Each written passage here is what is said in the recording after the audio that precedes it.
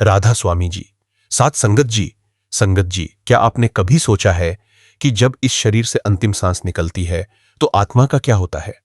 क्या वह काल के लोक में भटकती रहती है, यमदूतों के त्रास सहती है, या फिर सीधे अपने दयाल सद्गुरु के पावन धाम सचखंड की ओर प्रस्थान करती है? यह एक ऐसा परम गुप्त और अलौकिक रहस्य है जिसे जानने की तड़प हर मुमुक्षु और साधक के दिल में होती है। आज का यह सत्संग आपकी रूह को झकझोर कर रख देगा, क्योंकि आज हम उस दिव्य यात्रा का एक एक भेद खोलने जा रहे हैं जो एक नाम लेवा अभ्यासी की आत्मा मौत के बाद सचखंड तक तय करती है। इस सत्संग को अंत तक पूरे ध्यान और प्रेम से सुनिए, क्योंकि इसके एक एक वचन में आपकी रूह के कल्याण का मार्ग छिपा है। साध संगत जी, संत महापुरुष फरमाते हैं कि इस संसार में मनुष्य का सबसे बड़ा भय मौत का भय है।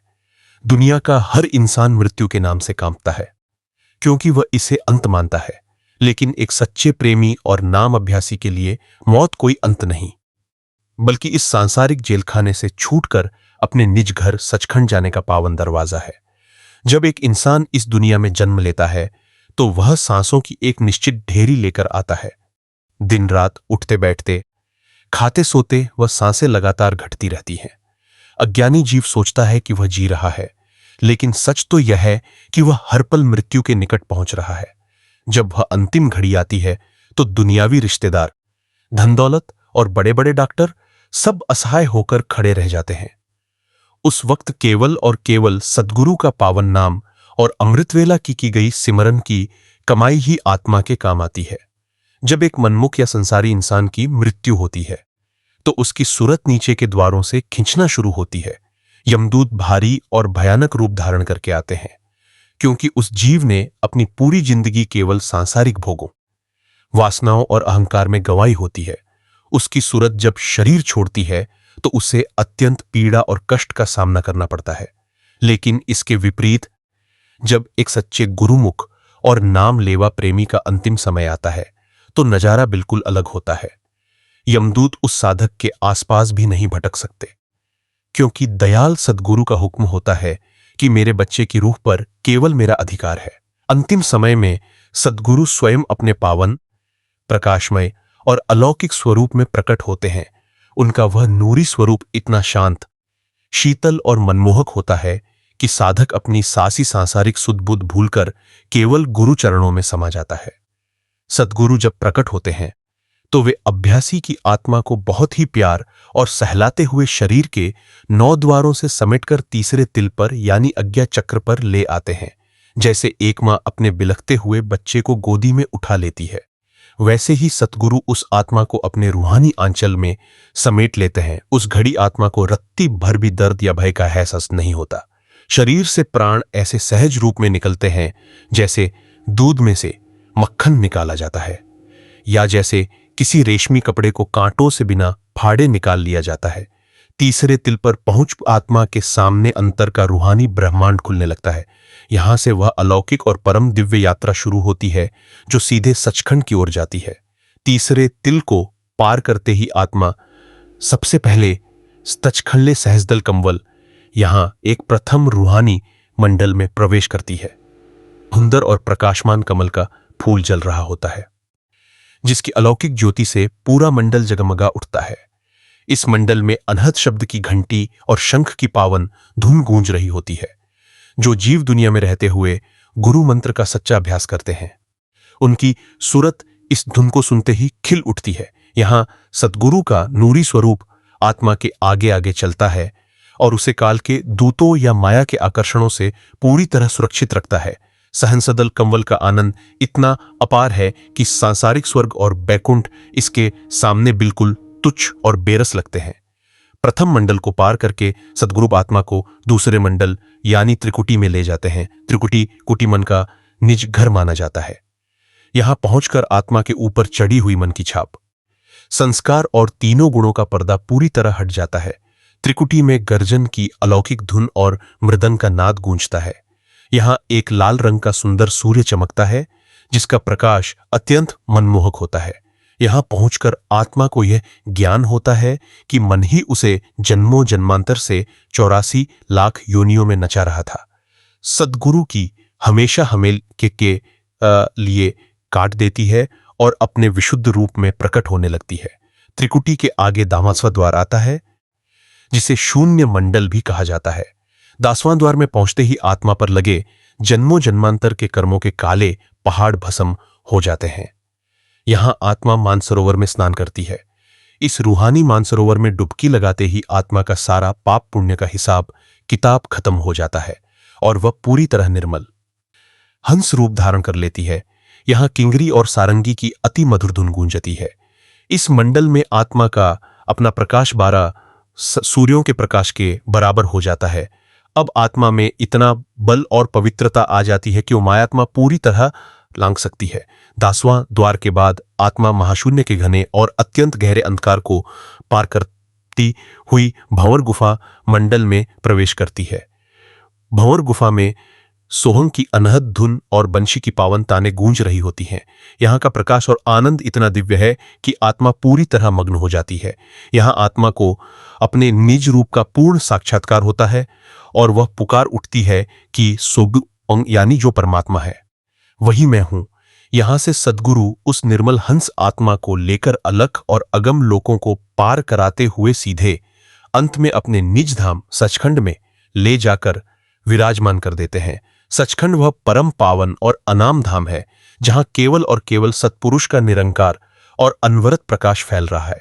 सचखंड में न कोई दुख है, न कोई जन्म मरण है, न काल का भय है और न ही माया का जाल है। वहां बिना बाजे के वीणा की अलौकिक धुन गूंज रही है। सचखंड पहुंचकर आत्मा सत्पुरुष के पावन चरणों में सदा सदा के लिए लीन हो जाती है। जैसे नदी समुद्र में मिलकर समुद्र ही बन जाती है, वैसे ही आत्मा अपने परम पिता परमात्मा में मिलकर परमात्मा रूप हो जाती है। यही आत्मा का अंतिम लक्ष्य है और यही वह परम पद है जिसे पाने के लिए हमें यह अनमोल मानुष चोला मिला है। प्यारी साध संगत जी, अब विचार कीजिए कि क्या यह पावन यात्रा बिना सद्गुरु की मेहर और बिना नाम सिमरन के संभव है? बिल्कुल नहीं। जो जीव दुनियावी कामों में उलझे रहते हैं और अमृत वेला के 3 बजे उठकर सिमरन नहीं करते, वे मृत्यु के बाद काल के चक्रव्यूह में ही फंसे रह जाते हैं। लेकिन जो अभ्यासी रोज नियम से अमृत वेला के 3 बजे उठकर अपनी सूरत को तीसरे तिल पर जमाने का अभ्यास करते हैं, उनके लिए मृत्यु का समय एक परम उत्सव बन जाता है। इसलिए आज ही अपने मन के आलस्य को त्यागिए और अपने सद्गुरु के वचनों पर पक्के होकर अमृत वेला के सिमरन की कमाई में लग जाइए। साध संगत जी, महापुरुष बहुत ही गहरी दृष्टि से फरमाते हैं कि जब एक संसारी जीव का अंतिम समय नजदीक आता है तो उसके प्राण छूटने की वह वेदना असहनीय होती है। उसके जीवन भर की कमाई और मोह ममता उसे चारों तरफ से घेर लेते हैं। मन की वासनाएं और अधूरी इच्छाएं उसे तड़पाती हैं और वह रोता हुआ इस संसार से विदा होता है। लेकिन इसके विपरीत जो गुरुमुख साधक रोज सुबह 3 बजे उठकर अपने आसन पर बैठता है और अपने ध्यान को तीसरे तिल पर टिकाने का अभ्यास करता है, उसके लिए मृत्यु एक भयानक डरावनी रात नहीं बल्कि एक सुंदर सवेरा बन जाती है।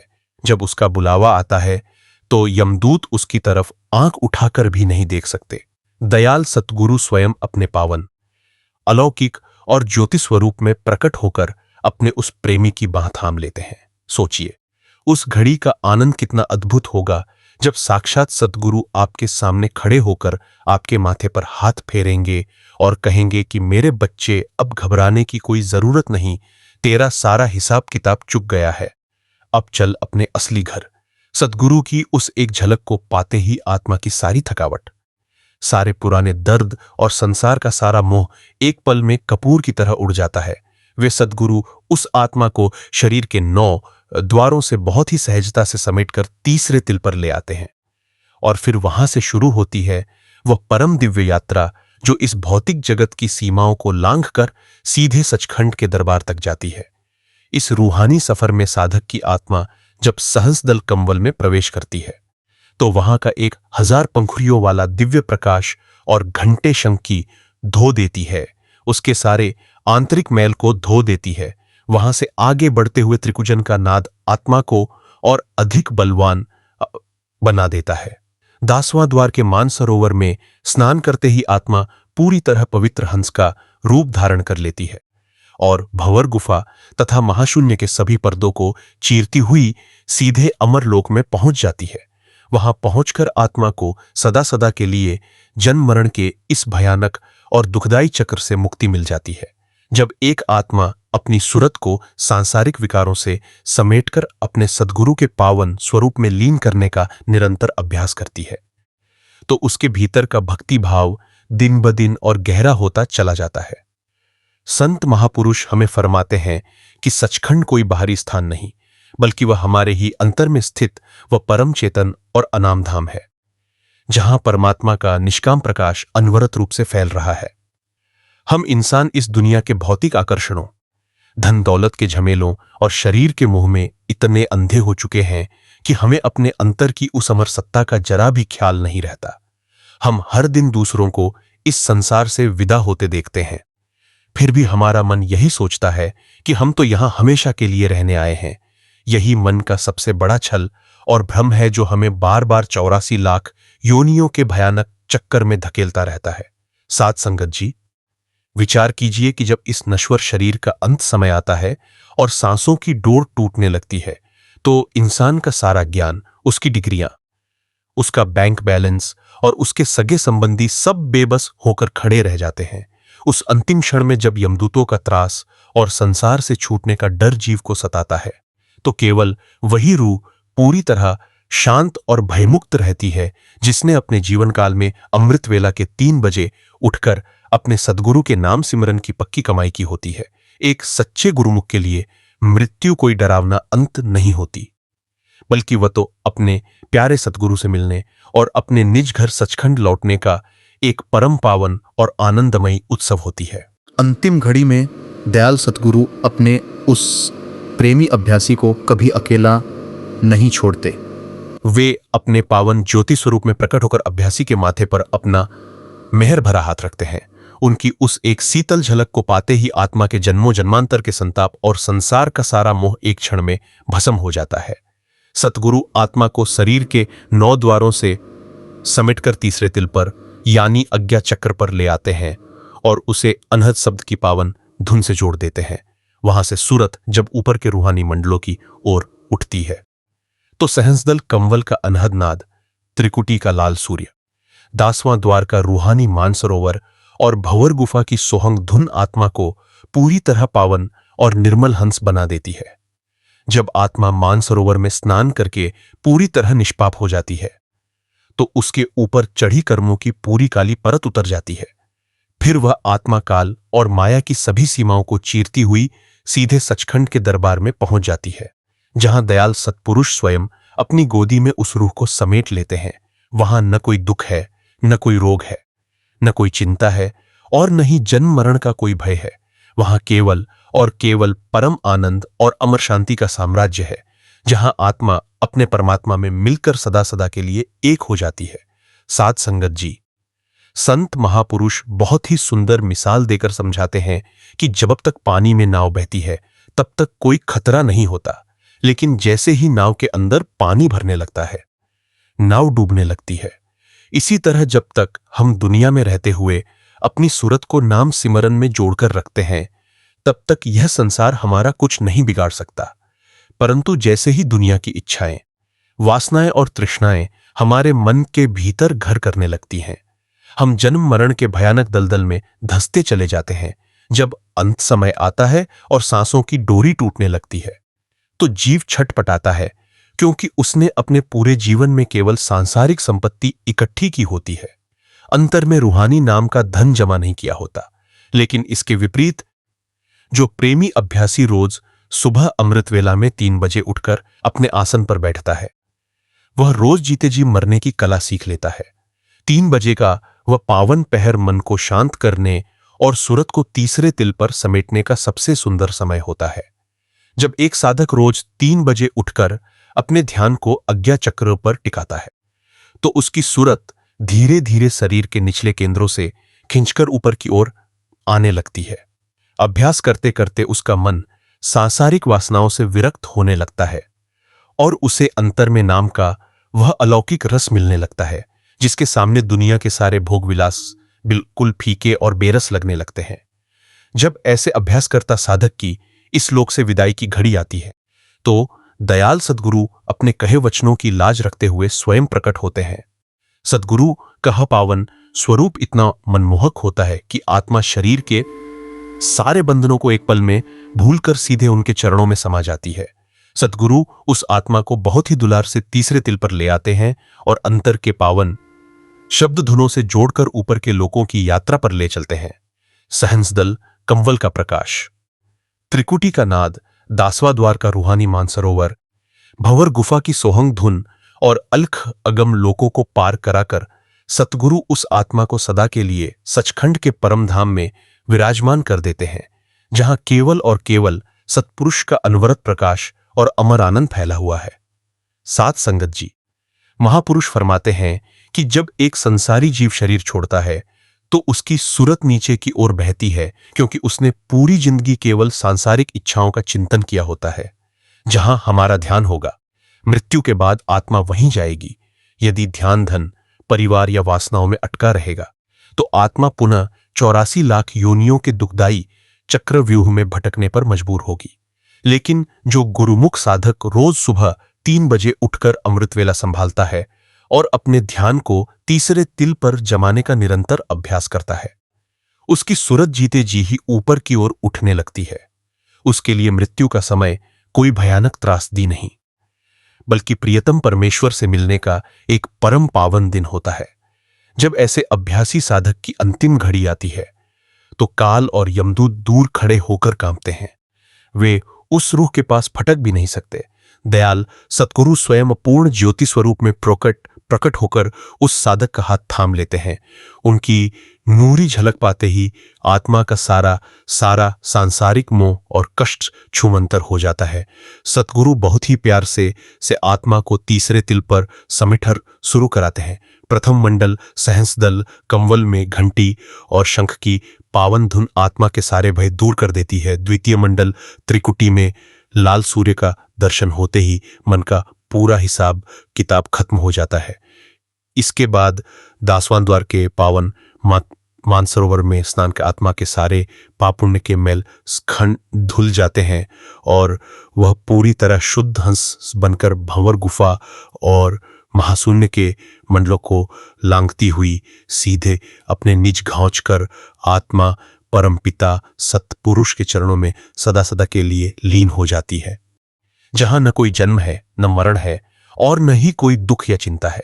साध संगत जी, जरा विचार कीजिए कि जब हम पूरे दिन की भागदौड़ के बाद रात को सोते हैं तो हमें दुनिया की कोई सुध-बुध नहीं रहती। जब एक साधारण नींद में हम इस पूरे संसार को भूल जाते हैं तो फिर मृत्यु के समय इस दुनिया के रिश्तों और धन दौलत का क्या वजूद रह जाएगा। संत फरमाते हैं कि मृत्यु वास्तव में एक लंबी नींद की तरह ही है। फर्क सिर्फ इतना है कि नींद के बाद शरीर पुनः जाग जाता है, लेकिन मृत्यु के बाद यह शरीर मिट्टी में मिल जाता है। ज्ञानी साधक वही है जो इस मिट्टी के शरीर में रहते हुए उस अमर चेतन सत्ता को पहचान ले जो कभी नहीं मरती। जब एक प्रेमी अभ्यासी रोज सुबह 3 बजे उठकर अपने आसन पर डट जाता है तो वह वास्तव में रोज अपनी सूरत को इस नश्वर देह से निकालकर परमात्मा के मार्ग पर चलने का अभ्यास करता है।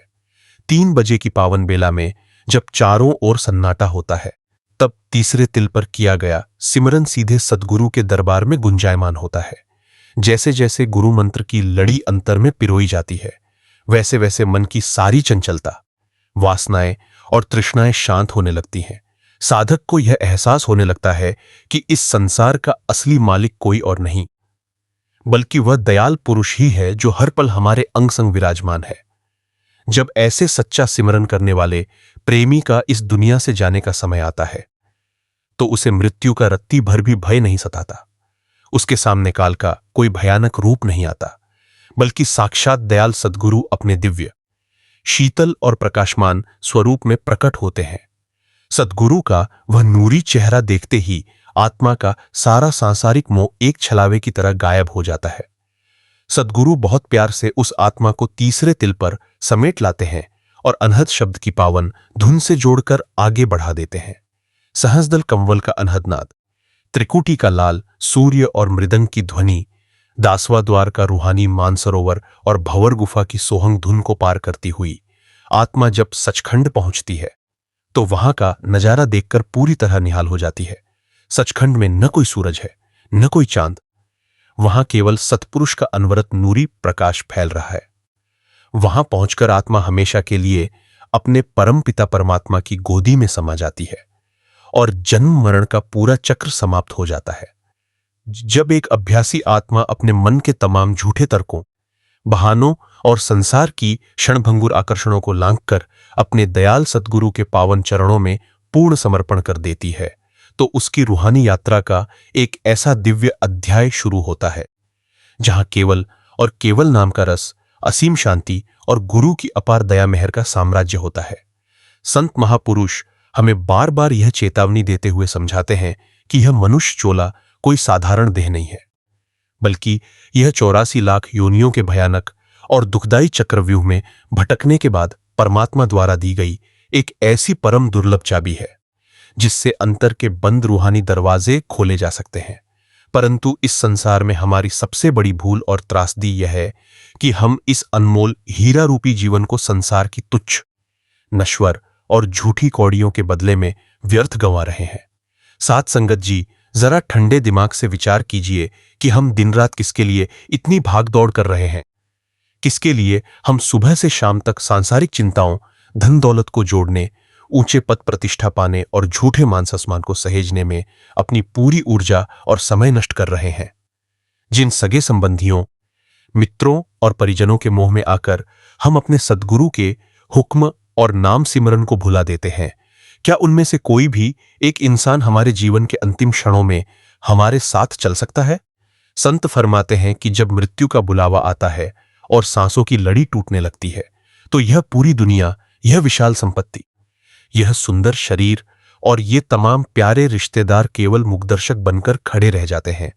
कोई भी आपकी वेदना को बांट नहीं सकता, कोई भी यमदूतों के त्रास से आपको बचा नहीं सकता। उस अंतिम और सबसे विकट परीक्षा की घड़ी में केवल और केवल आपके द्वारा अमृत वेला के 3 बजे उठकर की गई नाम सिमरन की कमाई ही आपकी आत्मा की ढाल बनकर आगे खड़ी होती है। महापुरुष हमें समझाते हैं कि जब एक संसारी या मनमुख इंसान की इस लोक से विदाई होती है, तो उसके प्राण छूटने का दृश्य अत्यंत भयानक और कष्टदायी होता है, क्योंकि उसने जीवन भर केवल संसार के विषयों, वासनाओं, कड़वाहट और अहंकार का चिंतन किया होता है। इसीलिए उसकी सुरत नीचे के द्वारों यानी नाभि, हृदय और इंद्रियों के केंद्रों में फंसकर खिंचती है। यमदूत भारी और डरावने रूप में प्रकट होते हैं और वह जीव तड़पता हुआ, रोता हुआ इस दुनिया से विदा होता है। परंतु इसके ठीक विपरीत जब एक सच्चे गुरुमुख और नाम लेवा प्रेमी का अंतिम समय आता है, तो वह दृश्य भय का नहीं बल्कि एक परम पावन उत्सव का होता है। यमदूत और काल की शक्तियां उस साधक के आसपास भटकने की हिम्मत भी नहीं कर सकती, क्योंकि उस आत्मा पर केवल और केवल दयाल सद्गुरु का हुक्म और अधिकार होता है। अंतिम घड़ी में दयाल सद्गुरु अपने कहे वचनों और अपने सच्चे प्रेम की लाज रखने के लिए स्वयं अपने परम दिव्य, नूरी और अत्यंत शीतल स्वरूप में प्रकट होते हैं। सद्गुरु का वह मनमोहक चेहरा और उनकी करुणामयी दृष्टि को पाते ही साधक की आत्मा का सारा सांसारिक मोह, शारीरिक पीड़ा और काल का भय एक ही पल में कपूर की तरह उड़ जाता है। दयाल पिता अपने उस अभ्यासी बच्चे की सूरत को बहुत ही प्यार और सहलाते हुए शरीर के 9 द्वार पर केंद्रित कर देते हैं। प्राण शरीर से ऐसे सहज रूप में निकल जाते हैं जैसे मक्खन में से बाल निकाला जाता है। तीसरे तिल पर पहुंचते ही आत्मा के सामने अंतर का रूहानी ब्रह्मांड और अमर यात्रा का मार्ग खुल जाता है। सद्गुरु का नूरी स्वरूप आत्मा के आगे आगे मार्गदर्शक बनकर चलता है। सबसे पहले आत्मा प्रथम रूहानी मंडल यानी सहस्दल कंवल में प्रवेश करती है। वहां 1000 पंखुड़ियों वाला अति सुंदर, पावन और प्रकाशमान कमल का फूल प्रज्वलित हो रहा होता है, जिसकी अलौकिक किरणों से पूरा मंडल जगमगा उठता है। यहां निरंतर गूंजती हुई घंटे और शंख की पावन अनहद धुन आत्मा के जन्मों जन्मांतर के मैल और संताप को धो डालती है। इसके बाद सद्गुरु आत्मा को द्वितीय मंडल यानी त्रिकुटी में ले जाते हैं, जो मन का मूल स्थान है। यहाँ गर्जन की पावन धुन और मृदंग का नाद गूंजता है तथा लाल रंग का रूहानी सूर्य चमकता है। त्रिकुटी में पहुंचकर आत्मा के ऊपर से मन की पूरी छाप, तीनों गुणों का प्रभाव और सांसारिक संस्कारों का पर्दा हमेशा के लिए उतर जाता है। तृतीय मंडल 10वां द्वार यानी शून्य मंडल में पहुंचकर आत्मा रूहानी मानसरोवर में स्नान करती है। इस परम पावन मानसरोवर में डुबकी लगाते ही आत्मा सारा पाप और पुण्य का हिसाब किताब पूरी तरह भस्म हो जाता है और वह अत्यंत निर्मल हंस रूप धारण कर लेती है। यहां किंगरी और सारंगी की अलौकिक धुन गूंजती है और आत्मा का अपना स्वयं का प्रकाश 12 सूर्यों के बराबर हो जाता है। इसके बाद भंवर गुफा मंडल में सोहंग की अनहद धुन और बंशी की पावन ताने आत्मा को पूरी तरह आनंदित कर देती हैं। अंत में दयाल सद्गुरु उस पावन आत्मा को ले जाकर सीधे अपने निजधाम सचखंड में विराजमान कर देते हैं। जब एक जीव इस संसार की मायावी चकाचौंध से अपना ध्यान हटाकर अपने सद्गुरु के पावन नाम सिमरन में अपनी सुरत को पिरोता है तो उसके जीवन की दिशा और दशा दोनों पूरी तरह बदल जाती हैं। संत महापुरुष हमें प्रेम और दया से समझाते हैं कि यह संसार केवल कर्मों का एक जटिल हिसाब किताब चुकाने का रंगमंच है। यहां हम अपने पूर्व कर्मों का भुगतान करने के लिए अलग अलग रिश्तों, नातों, सुखों और दुखों के रूप में एकत्र हुए हैं, परंतु हम इस कड़वे सत्य को भूलकर इन सांसारिक संबंधों में इतने अंधे हो जाते हैं कि अपने असली मालिक और अपने निज घर सचखंड के अमर पते को पूरी तरह विस्मृत कर बैठते हैं। मन हमें लगातार भ्रम में रखता है कि अभी तो बहुत समय बचा है, अभी तो गृहस्थी की जिम्मेदारियां निभानी है, भक्ति तो बुढ़ापे का काम है। लेकिन जरा सोचिए, क्या काल की इस नगरी में किसी के पास अपनी अगली सांस की भी कोई गारंटी है? साध संगत जी, महापुरुष चेतावनी देते हुए फरमाते हैं कि जिस बुढ़ापे या फुर्सत के समय का हम इंतजार कर रहे हैं वह समय कभी नहीं आता। शरीर जब ढलने लगता है, इंद्रियां कमजोर हो जाती हैं, आंखें धुंधली पड़ जाती हैं और दिमाग काम करना बंद कर देता है, तब मन चाहकर भी अंतर में सिमरन पर एकाग्र नहीं हो पाता। इसीलिए ज्ञानी और विवेकशील साधक वही है जो अपने जवानी और आरोग्य के दिनों में ही अपने सद्गुरु के हुक्म पर चलकर अमृत वेला की पावन बेला को संभालता है। रोज सुबह 3 बजे का समय काल और माया के प्रभाव से मुक्त एक अत्यंत शांत और पवित्र समय होता है। उस पहर में जब पूरी दुनिया गहरी नींद में सोई होती है, तब एक सच्चा अभ्यासी अपने बिस्तर को त्याग कर, आलस्य को मात देकर अपने आसन पर बैठता है और तीसरे तिल पर अपने ध्यान को जमाने का प्रयास करता है।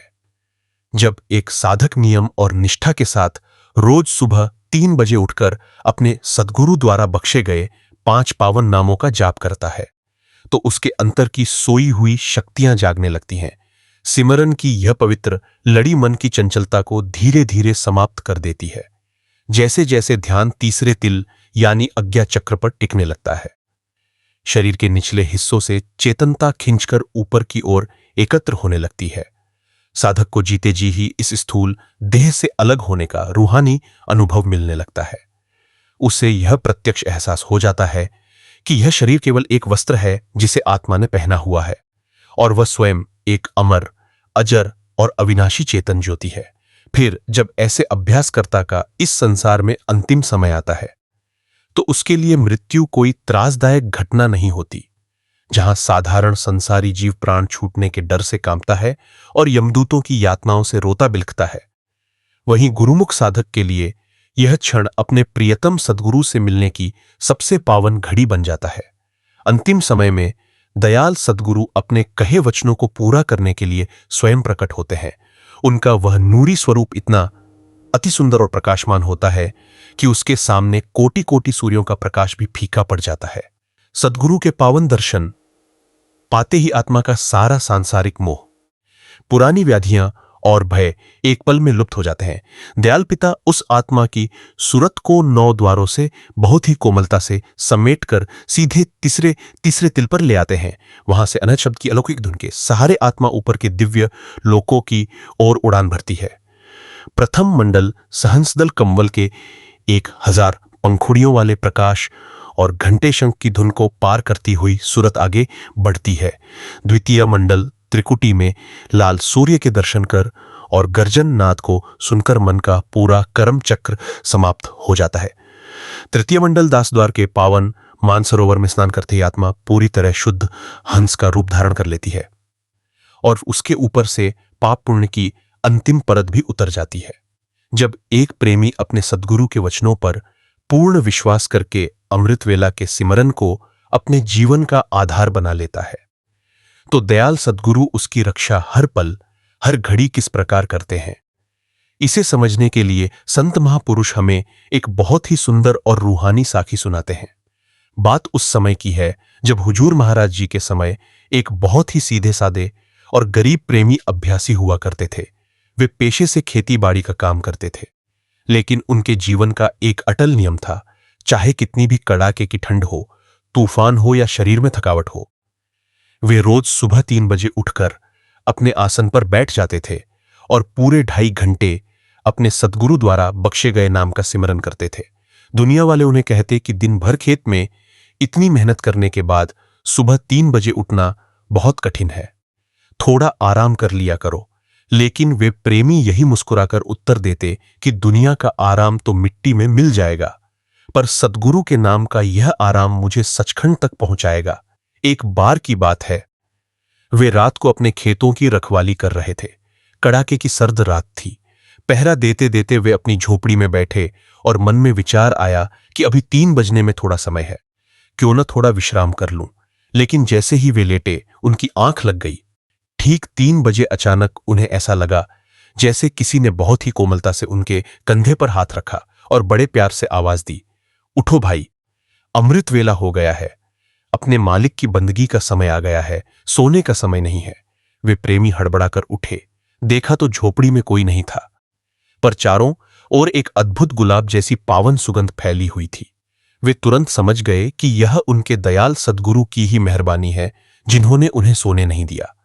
वे मुस्कुराए, अपने हाथ पूंछ धोकर तुरंत आसन पर बैठ गए और नाम सिमरन में लीन हो गए।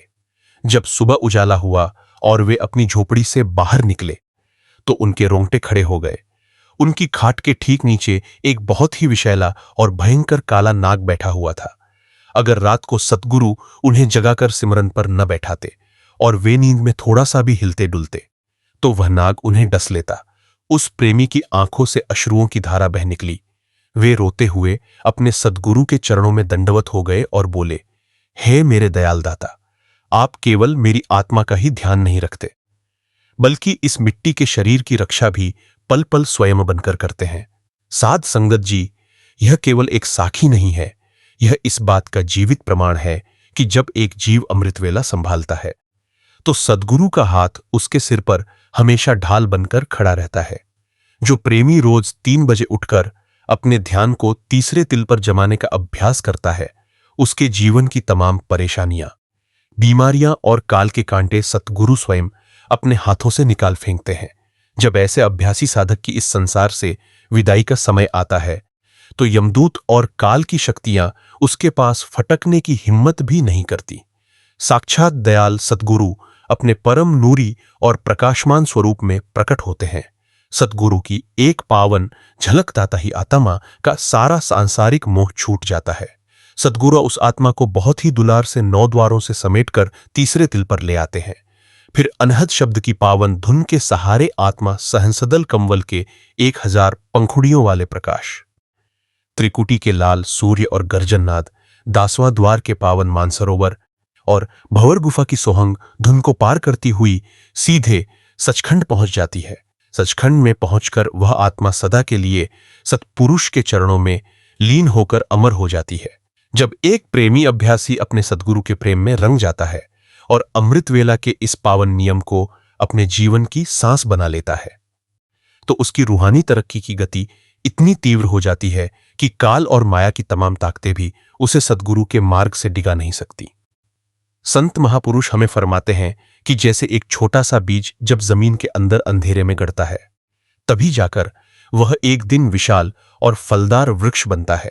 ठीक उसी तरह जब एक साधक रोज सुबह 3 बजे उठकर अंतर के अंधेरे में बैठकर सिमरन रूपी तपस्या करता है, तभी उसकी रूह पर सचखंड का परम प्रकाश प्रकट होता है।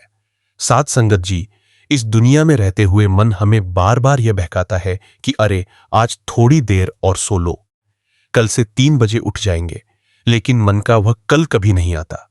जिस कल के भरोसे हम अपने सिमरन को टालते हैं वह कल काल के हाथों में होता है, हमारे हाथों में नहीं। संत बहुत ही मार्मिक ढंग से समझाते हैं कि जिस दिन हमारी सांसों की गिनती पूरी हो जाएगी उस दिन यह मन और यह शरीर दोनों यहीं मिट्टी में मिल जाएंगे। जब अंतिम समय आएगा और शरीर का एक एक अंग काम करना बंद कर देगा, तब पश्चाताप करने के अलावा हमारे पास कोई रास्ता नहीं बचेगा। इसीलिए ज्ञानी गुरुमुख वही है जो आज और अभी से अपने मन की लगाम खींचता है और अमृत वेला की दात को संभालता है। अमृत वेला का समय वास्तव में सतगुरु का दरबार सजने का समय होता है। 3 बजे की पावन बेला में जब चारों ओर शांति का साम्राज्य होता है, तब तीसरे तिल पर किया गया नाम का जाप सीधे सद्गुरु के चरणों में स्वीकार होता है। जैसे जैसे अभ्यास बढ़ता है, सूरत शरीर के निचले केंद्रों से खिंचकर अज्ञा चक्र पर सिमटने लगती है। साधक को अपने अंतर में अनहद नाद की वह पावन धुन सुनाई देने लगती है जिसके सामने दुनिया के तमाम राग रंग और संगीत बिल्कुल फीके पड़ जाते हैं।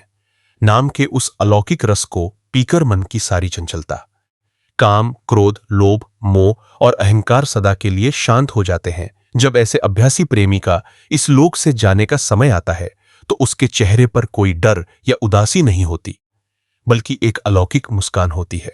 दयाल सद्गुरु स्वयं अपने पावन, नूरी और अत्यंत शीतल स्वरूप में प्रकट होकर अपने उस प्रेमी की बाह थाम लेते हैं। सद्गुरु की एक पावन झलक पाते ही आत्मा का सारा सांसारिक बंधन टूट जाता है। सद्गुरु उस आत्मा को बहुत दुलार से तीसरे तिल पर ले आते हैं और अंतर के रूहानी सफर पर आगे बढ़ा देते हैं। साध संगत जी, जरा ठहरकर और गहरे उतरकर अपने भीतर विचार कीजिए कि हम दिन रात किसके लिए इतनी भागा दौड़ी कर रहे हैं। जिन रिश्तों नातों, परिवारजनों और संपत्ति को सहेजने में हम अपनी पूरी जिंदगी, अपनी ऊर्जा और अपनी सांसों की ढलती माला को खत्म कर देते हैं, क्या उनमें से कोई भी एक साथी हमारी अंतिम सांस के समय हमारे साथ चल पाएगा? संत बहुत ही कड़वा और नग्न सत्य उजागर करते हैं कि जब अंत समय का बुलावा आता है और प्राण पखेरु उड़ने की तैयारी में होते हैं, तो यह सुंदर शरीर, यह जमा किया हुआ धन, यह बड़ा सा मकान और ये तमाम प्रियजन केवल लाचार बनकर देखते रह जाते हैं। उस विकट और कठिन घड़ी में कोई भी आपका दर्द नहीं बांट सकता, कोई भी यमदूतों के भय से आपको छुटकारा नहीं दिला सकता। उस अंतिम समय में केवल और केवल वही कमाई आपके काम आती है जो आपने अपने जीवन काल में अमृतवेला के 3 बजे उठकर अपने सद्गुरु के नाम सिमरन में जमा की होती है। महापुरुष हमें आगाह करते हुए फरमाते हैं कि जिस कल या फुर्सत के समय का हम इंतजार करते हैं कि बुढ़ापे में भक्ति करेंगे, वह कल कभी नहीं आता। बुढ़ापे में जब शरीर के अंग प्रत्यंग ढीले पड़ जाते हैं, आंखें धुंधली हो जाती हैं, कान सुनना बंद कर देते हैं और मन की चंचलता और अधिक उग्र हो जाती है, तब चाहकर भी ध्यान तीसरे तिल पर एकाग्र नहीं हो पाता। ज्ञानी और सच्चा प्रेमी वही है जो अपने आज को संभालता है और जवानी व आरोग्य के दिनों में ही अमृतवेल नियम को अपने जीवन का अनिवार्य अंग बना लेता है। 3 बजे का वह पावन पहर वास्तव में कुदरत का और सतगुरु का सबसे बड़ा वरदान है। उस बेला में जब पूरी दुनिया मोहनिशा की गहरी नींद में सोई होती है, काल का प्रभाव सबसे कम होता है और वातावरण में एक अद्भुत अलौकिक शांति छाई होती है। उस समय जब एक सच्चा अभ्यासी अपने बिस्तर के मोह को त्याग कर, आलस्य को पछाड़कर अपने आसन पर बैठता है और अपने दयाल गुरु द्वारा बख्शे गए 5 पावन नामों की लड़ी को पिरोना शुरू करता है, तो उसकी हाजिरी सीधे सद्गुरु के दिव्य दरबार में दर्ज होती है। जैसे जैसे साधक अपने ध्यान को दोनों आंखों के मध्य अज्ञा चक्र यानी तीसरे तिल पर जमाने का अभ्यास करता है, वैसे वैसे 9 द्वारों में फैली हुई उसकी चेतनता सिमटने लगती है। जैसे ही सूरत पिंड को छोड़कर अंड की ओर कदम बढ़ाती है, उसे अंतर में शब्द धुन यानी अनहद नाद की वह अलौकिक रागिनी सुनाई देने लगती है। उस रूहानी धुनात्मिक शब्द का रस इतना विलक्षण और दिव्य होता है कि उसके सामने दुनिया के तमाम विषय भोग, वासनाएं, काम, क्रोध, लोभ, मोह और अहंकार का स्वाद पूरी तरह बेरस और तुच्छ लगने लगता है। मन जो अब तक आवारा हिरण की तरह बाहर भटक रहा था, वह अंतर के उस मिठास में लीन होकर पूरी तरह शांत और वश में हो जाता है। फिर जब ऐसे सच्चे प्रेमी और अभ्यासी का इस नश्वर संसार से जाने का पल आता है, तो उसके लिए मृत्यु कोई भयावह या कष्टदायी घटना नहीं होती, जहां एक आम संसारी जीव यमदूतों के त्रास और शरीर छूटने की असहनीय पीड़ा से रोता चिल्लाता है। वहीं एक गुरुमुख साधक के लिए वह दिन अपने प्रियतम सद्गुरु से मिलने और अपने असली सल घर लौटने का एक परम आनंदमयी उत्सव बन जाता है। यमदूत और काल की शक्तियां उस रूह के आसपास फटकने की हिम्मत भी नहीं कर सकती, क्योंकि उस आत्मा पर केवल और केवल दयाल सद्गुरु का हुक्म और सुरक्षा चक्र होता है। अंतिम घड़ी में दयाल सद्गुरु स्वयं अपने पावन, अति सुंदर और कोटि कोटि सूर्यों से भी अधिक प्रकाशमान नूरी स्वरूप में प्रकट होते हैं। सद्गुरु की उस करुणामयी और शीतल दृष्टि को पाते ही आत्मा के जन्मों जन्मांतर के कष्ट, शारीरिक वेदना और संसार का सारा मोह एक क्षण में कपूर की तरह उड़ जाता है। सद्गुरु अपने उस प्यारे बच्चे का हाथ बहुत ही प्यार से थाम लेते हैं और सूरत को तीसरे तिल पर समेटकर अंतर के रूहानी सफर पर रवाना कर देते हैं। प्रथम मंडल सहस्दल कंवल में 1000 पंखुड़ियों वाला पावन कमल प्रज्वलित हो रहा होता है, जहां घंटे और शंख की अनहद धुन आत्मा के सारे पापों को धोकर निर्मल कर देती है। वहां से आगे बढ़ते हुए द्वितीय मंडल त्रिकुटी में लाल सूर्य का दर्शन होता है और गर्जन नाद गूंजता है, जहां मन का पूरा हिसाब किताब और कर्मों की परत हमेशा के लिए समाप्त हो जाती है। इसके बाद तृतीय मंडल 10वां द्वार यानी शून्य मंडल में पहुंचकर आत्मा पावन रूहानी मानसरोवर में डुबकी लगाती है। मानसरोवर में स्नान करते ही आत्मा पूरी तरह निष्पाप होकर एक परम पवित्र हंस का रूप धारण कर लेती है और उसकी अपनी चमक 12 सूर्यों के समान हो जाती है। इसके बाद भंवर गुफा मंडल की सोहंग धुन और अलख अगम लोकों को लांघते हुए दयाल सद्गुरु उस अमर आत्मा को ले जाकर सीधे सचखंड के पावन दरबार में सत्पुरुष के चरणों में विराजमान कर देते हैं। सचखंड वह अविनाशी धाम है जहां न कोई जन्म है, न कोई मरण है, न कोई दुख है और न ही काल का कोई चक्र है।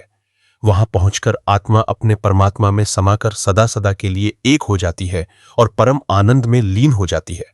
साध संगत जी, जरा ठंडे दिमाग से विचार कीजिए कि जब हम किसी लंबे सफर पर निकलते हैं तो केवल उतना ही सामान साथ रखते हैं जितने की अत्यंत आवश्यकता होती है, लेकिन इस जीवन की रूहानी यात्रा में हमने अपने सिर पर सांसारिक मोह, नफरत, धन दौलत की तृष्णा और ईर्ष्या का इतना भारी बोझ उठा रखा है कि हमारी आत्मा नीचे दबती चली जा रही है। जब अंत समय का बुलावा आएगा तो यह सारा बोझ यहीं धरा का धरा रह जाएगा। जिस शरीर को हम रोज तरह तरह के वस्त्रों और गहनों से सजाते हैं, एक दिन इसी शरीर को 5 तत्वों में लीन होना पड़ेगा। उस अंतिम घड़ी में दुनिया की कोई ताकत, कोई वैद्य, कोई डॉक्टर और कोई सगा संबंधी हमारी सांसों की म्याद को 1 सेकंड के लिए भी नहीं बढ़ा पाएगा। महापुरुष फरमाते हैं कि उस सबसे कठिन परीक्षा की घड़ी में केवल वही जीव मुस्कुराता है जिसने अपने जीवन के कीमती पलों को अमृत वेला के नाम सिमरन लगाया होता है। 3 बजे का वह पावन पहर वास्तव में सद्गुरु का दया मेहर लुटाने का समय होता है, जब पूरी दुनिया नींद के आगोश में खोई होती है। उस समय उठकर शांत चित्त से आसन पर बैठना और अपने ध्यान को तीसरे तिल पर टिकाना ही सच्चा अभ्यास है। मन शुरुआत में बहुत बहाने बनाएगा, आलस्य पैदा करेगा, शरीर में दर्द का एहसास कराएगा, लेकिन जो गुरुमुख साधक मन की बात न मानकर केवल अपने सतगुरु के हुक्म पर डटा रहता है, उसकी हाजिरी सीधे सत्पुरुष के दरबार में स्वीकार होती है। जैसे जैसे सिमरन का अभ्यास गहरा होता है, सूरत 9 द्वारों से समेटकर अज्ञा चक्र यानी तीसरे तिल पर एकाग्र होने लगती है। जब आत्मा अंतर के दरवाजे पर दस्तक देती है तो उसे अनहद शब्द की वह अमूर्त धुन सुनाई देती है जो सीधे सचखंड से आ रही है। उस शब्द की चाशनी में इतना रस है कि उसके आगे दुनिया के तमाम विषय भोग और बड़े से बड़े आकर्षण पूरी तरह बेरस हो जाते हैं। मन जो अब तक बाहर के भोगों में भटक रहा था, वह अंतर के इस रूहानी आनंद को पाकर पूरी तरह शांत, स्थिर और वश में हो जाता है।